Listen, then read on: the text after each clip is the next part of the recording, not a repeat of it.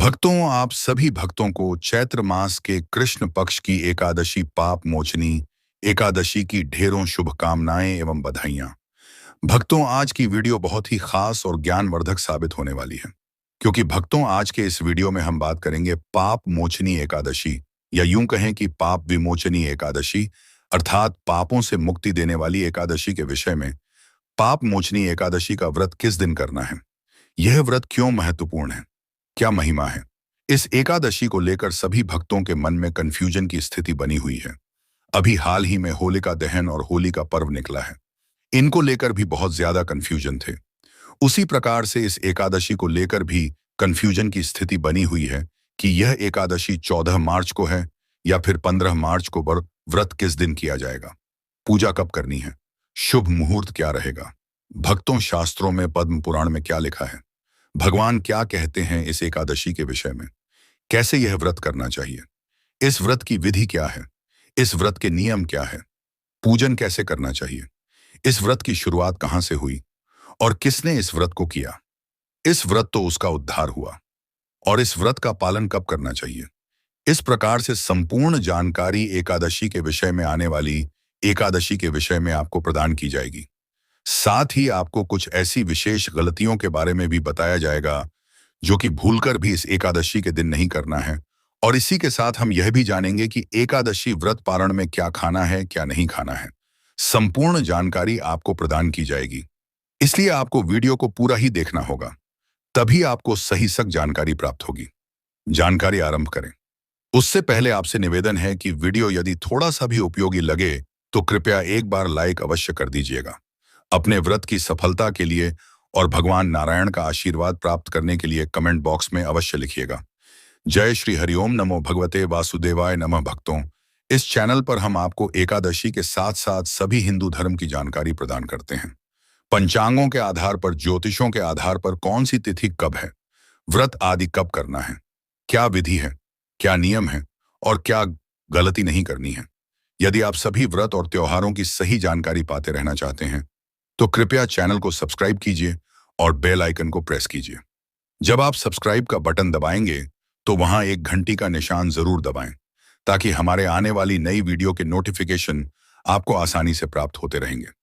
आपके इधर उधर भटकने की जरूरत नहीं पड़ेगी। तो चलिए भक्तों, आपका ज्यादा समय बर्बाद ना करते हुए जानकारी आरंभ करते हैं और बात करते हैं आने वाली एकादशी। भक्तों, वैसे तो हिंदू धर्म में प्रत्येक एकादशी महत्वपूर्ण है, परंतु आने वाली जो एकादशी है, यह चैत्र मास कृष्ण पक्ष की एकादशी, इसे पाप मोचनी एकादशी कहा जाता है। जैसा कि नाम से ही ज्ञात होता है, यह एकादशी पापों का मोचन करती है, पापों का नाश करती है, पापों से आपकी रक्षा करती है। पाप के कारण जो आपके साथ अनुचित हो सकता है, उससे आप पलो सब सतता है, उससे आपको बचाती है। इसीलिए यह पाप मोचनी कही जाती है। भक्तों, इस एकादशी के विषय में बताते हुए भगवान श्री कृष्ण कहते हैं महाराज युधिष्ठिर से कि हे राजा, इसके विषय में चक्रवर्ती नरेश मानदाता के पूछने पर लोमस ने जो बताया था वह मैं तुम्हें सुनाता हूं। भगवान श्री कृष्ण कहते हैं कि एक बार की बात है कि जो मानदाता है, जो उस समय पर चक्रवर्ती नरेश थे, पूरी पृथ्वी पर उनका राज्य था। उन्होंने जस रोम से पूछा कि भगवान, मैं लोगों के हित की इच्छा से ही सुनना चाहता हूं कि चैत्र मास के कृष्ण पक्ष की एकादशी का नाम क्या है और उसकी विधि है, उस पर कर्ण व्रत करने से क्या फल प्राप्त होता है और कैसे करना चाहिए। जब मानदाता ने कहा तो लोमश कहने लगे कि नर पर श्रेष्ठ, यह मनुष्य के पापों का नाश करने वाली है। इसकी महिमा को जानने के लिए मैं एक वृतांत सुनाता हूं। वृतांत आता है कि पूर्व काल में एक स्थान था जिसका नाम था चैत्ररथ। वह एक बड़ा सुंदर वन था। वहां पर गान करते थे, अप्सराएं नृत्य करती थी। एक बार की बात है कि एक अप्सरा थी, मंजू घोषा उसका नाम था। उसने रस्य मेधावी को तपस्या करते देखा। नौजवान रस्य थे और यह जो मेधावी हुए हैं, प्रिय दर्शकों, यह रसचवन के पुत्र हुए। रसचवन बड़े ही प्रख्यात रस हुए हैं हमारे, जिनका वर्णन अनेकों पुराणों में भरा हुआ है। तो मेधावी जो है तपस्या कर रहे थे। अब मंजू घोष ने सोचा कि अगर मैं इनके अधिक नजदीक चली जाऊंगी तो शायद क्या पता मुझे भस्म कर दे।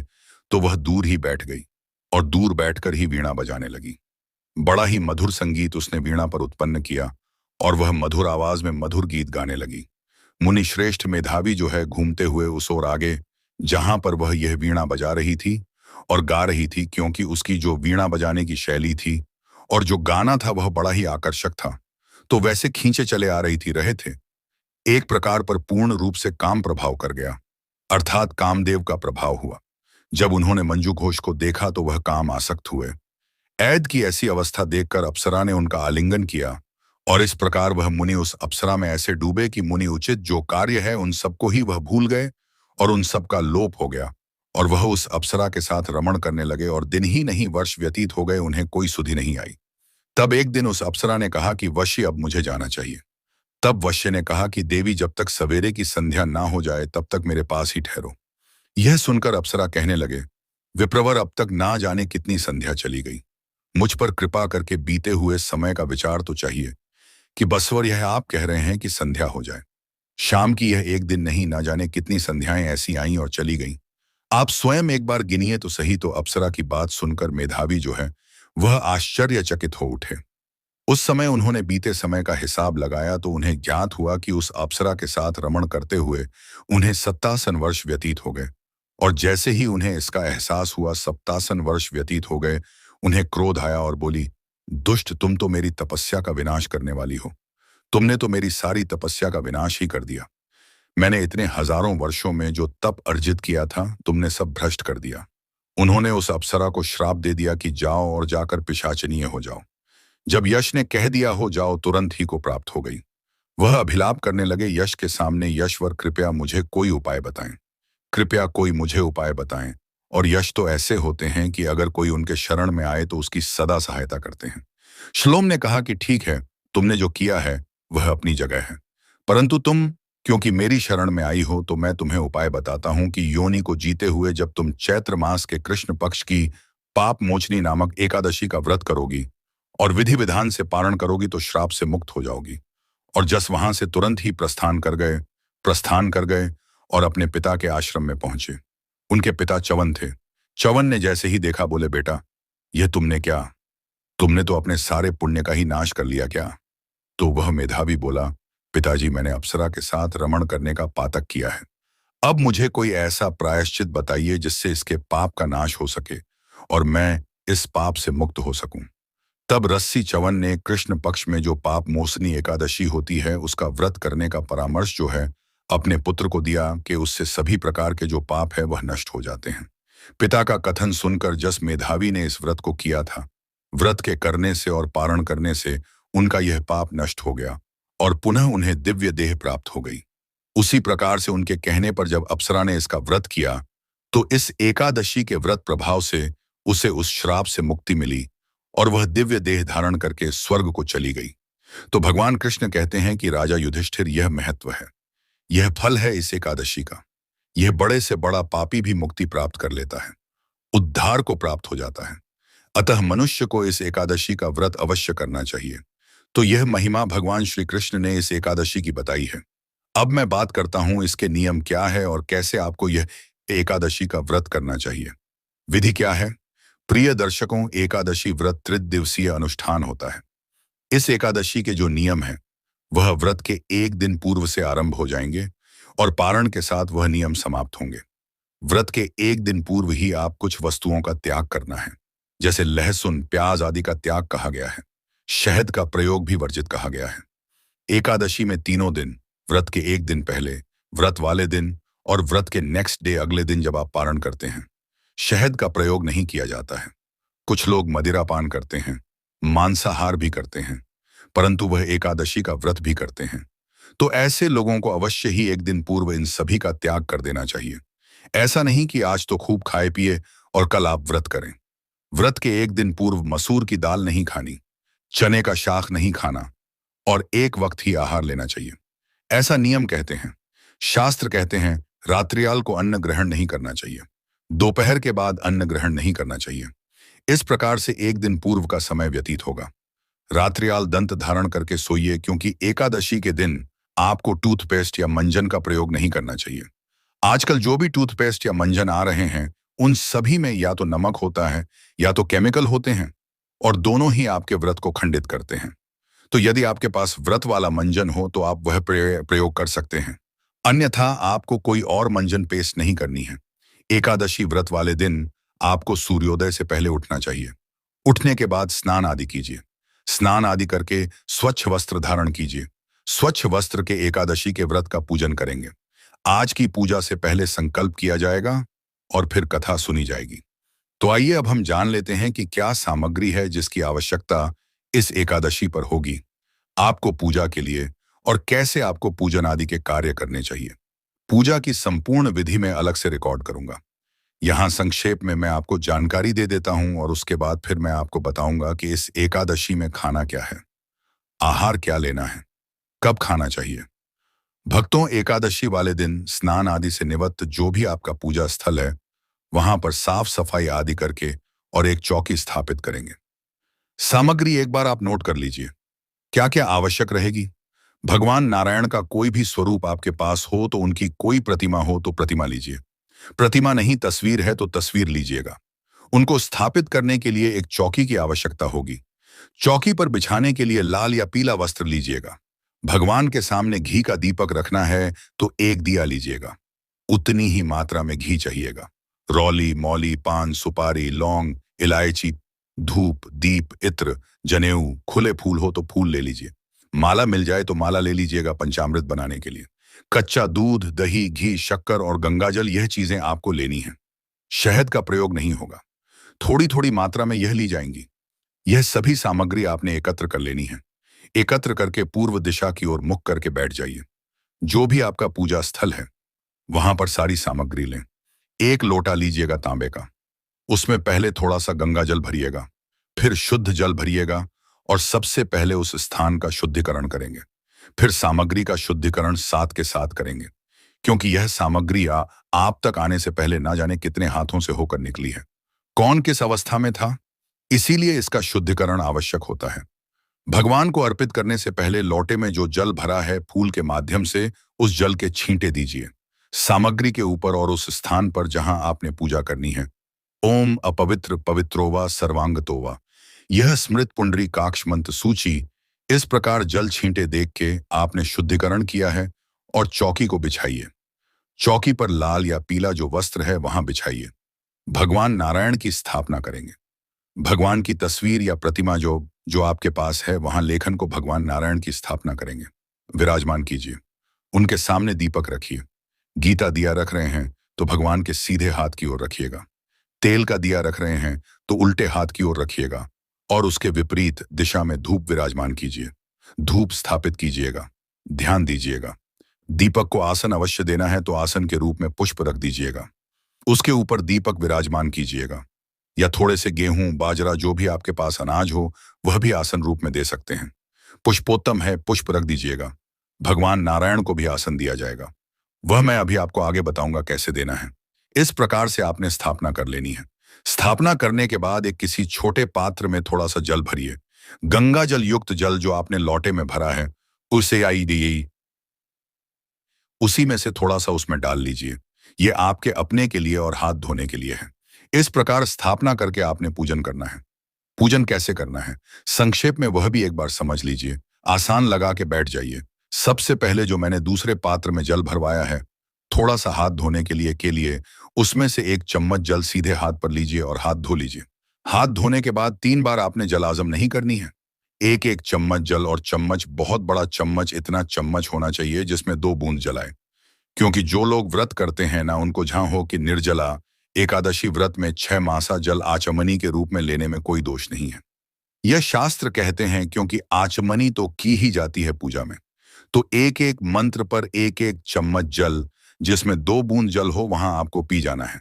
ओम माधवाय नमः जल लीजिए, सीधे हाथ पर पी जाइए। ओम केशवाय नमः जल लीजिए, सीधे हाथ पर पी जाइए। ओम नारायणाय नमः जल लीजिए, पी जाइए। ओम माधवायणाय नमः, हाथ पर जल लीजिए और हाथ धो लीजिए। अब अपने आप को तिलक कीजिए, मौली बांधिए। पारिवारिक जन बैठकर यदि पूजन कर रहे हैं तो उन्हें भी तिलक कीजिए, मौली बांधिए। दीपक को प्रज्वलित कीजिए और धूप को प्रज्वलित कीजिए। धूप दीप जलाया आपने। धूप दीप जलाने के बाद पुनः अपने सीधे हाथ पर जल लीजिए, हाथ धो लीजिए। अब आप सबसे पहले व्रत पूजन का संकल्प करेंगे। फिर हम भगवान का आवाहन करते हुए पूजन को बताएंगे। संक्षेप में बताएंगे, सभी मंत्रों के साथ नहीं, क्योंकि बहुत बड़ा वीडियो हो जाता है। जब सारी पूजा विधि हम यहाँ बताते हैं तो संकल्प करने के सीधे हाथ पर जल लीजिए। पुष्प है तो पुष्प ले लीजिए। 1 रुपये का सिक्का दक्षिणा के रूप में रख लीजिए। अधिक जो रखना चाहे रख सकते हैं। 3 बार बोलिए, ओम श्री विष्णु, ओम श्री श्री विष्णु, ओम श्री विष्णु। अपना नाम, अपना गोत्र, जिस स्थान पर बैठकर पूजन कर रहे हैं वहां का मकान नंबर, क्षेत्र का नाम, शहर का नाम, चैत्र माह, श्री कृष्ण पक्षी, एकादशी, आयु, आरोग्यता प्राप्त, संपत्ति प्राप्त, या अर्थात भगवान नारायण प्रसन्नार्थ एकादशी बोलिए, श्री विष्णु शरण, और यह संकल्प भगवान के चरणों में अर्पित कर दीजिए। संकल्प करने के बाद हाथ में 5 पुष्प ले लीजिए और भगवान से निवेदन कीजिए कि हे प्रभु, हे भगवान विष्णु, यह पुष्प मैं आपको आसन के रूप में अर्पित कर रही हूं या कर रहा हूं। आप इन्हें आसन के रूप में स्वीकार करें और यहां आकर विराजमान हो, जिससे कि हम आपका पूजन कर सकें। इस प्रकार से वह पुष्प भगवान को अर्पित कर दीजिए, यह भाव रखते हुए कि आपने भगवान को पुष्प का आसन दिया है। अब वह आसन पर विराजमान हो गए हैं। भगवान अब आप भगवान का पूजन करेंगे। पूजन करने के लिए सबसे पहले भगवान को उपाध्य पिंड, फिर अर्घ्य, फिर आजमनी कराएंगे, स्नान कराएंगे, फिर पंचामृत से स्नान कराएंगे, पुनः शुद्ध तक स्नान कराएंगे। उसके बाद वस्त्र के रूप में मौली का टुकड़ा तोड़कर अर्पित कीजिएगा। इत्र लगाइएगा। इत्र को फूल पर लगाकर अर्पित कर सकते हैं। तिलक लगाइएगा। भगवान को तिलक लगाकर फूलों की माला पुष्प अर्पित कीजिएगा। फूल, माला, पुष्प आदि अर्पित करने के बाद भगवान को धूप दिखाइए, दीप दिखाइए और नैवेद्य के रूप में भोग अर्पित कीजिए भगवान को। भोग में आप मिठाई अर्पित कर सकते हैं, छत फल अर्पित कर सकते हैं। आम का समय आ गया है। अगर आपके यहाँ आम उपलब्ध है तो भगवान को अर्पित कीजिएगा, या आप मिश्री बतासा जो आपके पास है वह अर्पित कीजिए। भोग अर्पित करने के बाद आचमनी कराइएगा। 1 चम्मच जल लीजिएगा। भगवान को आचमनी के रूप में अर्पित कीजिएगा। आचमनी के बाद अर्पित किया जाता है तो तांबुल का जो है वह पान का पत्ता लीजिए, उस पर 2 लौंग, 2 इलायची, 1 सुपारी रखिए और भगवान को अर्पित कीजिए। शुभ दक्षिणा, जो भी दक्षिणा अर्पित करनी है वह दक्षिणा अर्पित कीजिए और हाथ जोड़कर भगवान को नमस्कार कीजिए। इस प्रकार से आपने आज के दिन की पूजा करिए। यह पूजा करने के बाद अब आपने एकादशी की कथा सुननी है। कथा सुनने के बाद विष्णु सहस्त्र नाम का श्रवण करना है और फिर भगवान की आरती करनी है।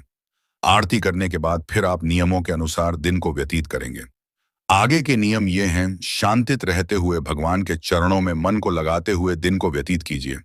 किसी के साथ अनुचित व्यवहार ना कीजिए, क्रोध ना कीजिए और ब्रह्मचर्य पालन करते हुए दिन को व्यतीत कीजिए। सायंकाल को कीर्तन करना चाहिए। कीर्तन की महिमा है। कीर्तन अगर आसपास कहीं मंदिर में होता है तो वहां जाइए। अगर आप कहीं ना जा सके या संभव ना हो या कीर्तन ही नहीं होता हो, आसपास कीर्तन होता तो आप वहां जाकर रात्रि जागरण कर सकते हैं, क्योंकि भगवान नारायण कहते हैं कि जो नाच के, गा के, मृदंग आदि बजा के कीर्तन नहीं कर सकते वह इन पाठों को सुन के कीर्तन का लाभ ले सकते हैं। इसके बाद रात्रि जागरण की महिमा है। रात्रि जागरण में ध्यान देने वाली बात यह है कि कम से कम 2000 बजे तक तो जागिए और यह जो पाठ स्तोत्र हैं उनका श्रवण कीजिए। रात्रि जागरण का मतलब यह नहीं है कि आप टीवी देखते हुए जाग रहे हैं, वह काफी है। नहीं, भगवान की कथाएं सुनिए। अगर टीवी पर भी सुन रहे हैं तो भगवान की कथाएं या जो पुराण स्तोत्र होते हैं जागरण में श्रवण कीजिए। आहार की बात करूं तो इसमें आपको अन्न तो खाना ही नहीं होता, फल आहार केवल लेना होनी चाहिए। नमक और मिर्च पूर्णतः वर्जित है। केवल फल और दूध पर अगर आप इस व्रत को करें तो श्रेष्ठतम रहेगा।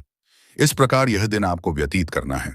पारण के लिए अगले दिन आपको सूर्योदय से पहले उठ जाना चाहिए। उठने के बाद स्नान आदि करके स्वच्छ वस्त्र धारण कीजिए। पूजा स्थल पर पुनः पूजन कीजिएगा, पारण कीजिए और उसके बाद ब्राह्मण को दान दक्षिणा आदि देने के बाद फिर आप व्रत का पालन कर सकते हैं। अब बात करते हैं कि इस एकादशी का व्रत किया कब जाएगा। ध्यान दीजिएगा, इस एकादशी पर कुछ ऐसी संभावनाएं बन रही हैं, क्योंकि यह सुबह सुबह शुरू हो रही है तो ऐसे में लोग गलती कर बैठते हैं और लोग दशमी वेधा एकादशी कर लेते हैं। आप यह गलती भूल के भी ना कीजिएगा, क्योंकि अगर आपने दशमी वेदा एकादशी करी तो हमारे पुराने दर्शक जानते होंगे, शास्त्र कहते हैं कि वह व्यक्ति घोर नरक में जाता है। एकादशी तिथि की हो रही है 14 मार्च को सुबह 8:10 पर और 15 मार्च को सुबह 9:16 पर यह समाप्त हो जाएगी। ऐसे में 15 मार्च को सूर्य के मुख से एकादशी है। तिथि मान के अनुसार एकादशी 15 मार्च को मनाई जाएगी और द्वादशी युक्ता व्रत, श्रेष्ठ व्रत भी इसी दिन होगा। 14 को श्रेष्ठ ही नहीं, अनुचित व्रत होगा। अगर आपने किया तो क्योंकि शास्त्र कहते हैं कि दशमी वेधा नहीं करना चाहिए, यह एकादशी आपको नरक में ले जाती है। शुभ मुहूर्त जो आ रहा है, इसमें वह 9:30 बजे से और 12 बजे तक रहेगा। परंतु यदि कोई ऐसे हैं जिनको जल्दी जाना है, तो ऐसा नहीं कि सुबह का योग कोई अशुभ है। एकादशी पूजन के लिए सुबह भी कर सकते हैं, पर उत्तम जो मुहूर्त है वह 9:30 बजे के बाद पारण के लिए 16 तारीख को सुबह का 1.5 घंटा बड़ा उत्तम है। 6:30 से और 8 बजे के बीच में पारण करेंगे, कल्याणकारी रहेगा। अब बात करते हैं कुछ विशेष सावधानियां की और कुछ गलतियों के जनक करने से बचना चाहिए, अन्यथा आपका व्रत खंडित हो सकता है। इस दिन भूलकर भी चावल, गेहूं, दालें, मांसाहार, लहसुन, प्याज या तामसिक भोजन का सेवन नहीं करना चाहिए, क्योंकि इन्हें एकादशी में वर्जित माना गया है। क्रोध करना, झूठ बोलना, चुगली करना, किसी का अपमान करना या मन में बुरे विचार रखना भी व्रत की शुद्धता को नष्ट करता है। बिना स्नान किए पूजा करना, भगवान विष्णु की आराधना न करना या व्रत का संकल्प लेकर बीच में तोड़ देना भी अशुभ माना जाता है। इसके अतिरिक्त ब्रह्मचर्य का पालन न करना, दिन भर सोते रहना या दान पुण्य से दूर रहना भी व्रत के प्रभाव को कम कर देता है। इसलिए इस दिन मन, वचन और कर्म से पवित्रता बनाए रखना ही सच्चा एकादशी व्रत माना जाता है। पपमोचानी एकादशी केवल एक व्रत नहीं, बल्कि आत्मशुद्धि और नई शुरुआत का पावन अवसर माना गया है।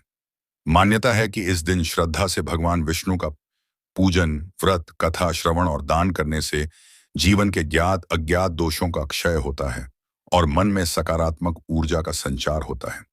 यह एकादशी हमें सिखाती है कि केवल उपवास ही नहीं, बल्कि अपने विचारों, व्यवहार और शब्दों को भी पवित्र रखना आवश्यक है। तभी व्रत का सच्चा फल प्राप्त होता है। जो भक्त सच्चे मन से प्रभु का स्मरण करते हैं, उनके जीवन में अटके हुए कार्यों में गति आती है और मानसिक शांति प्राप्त होती है।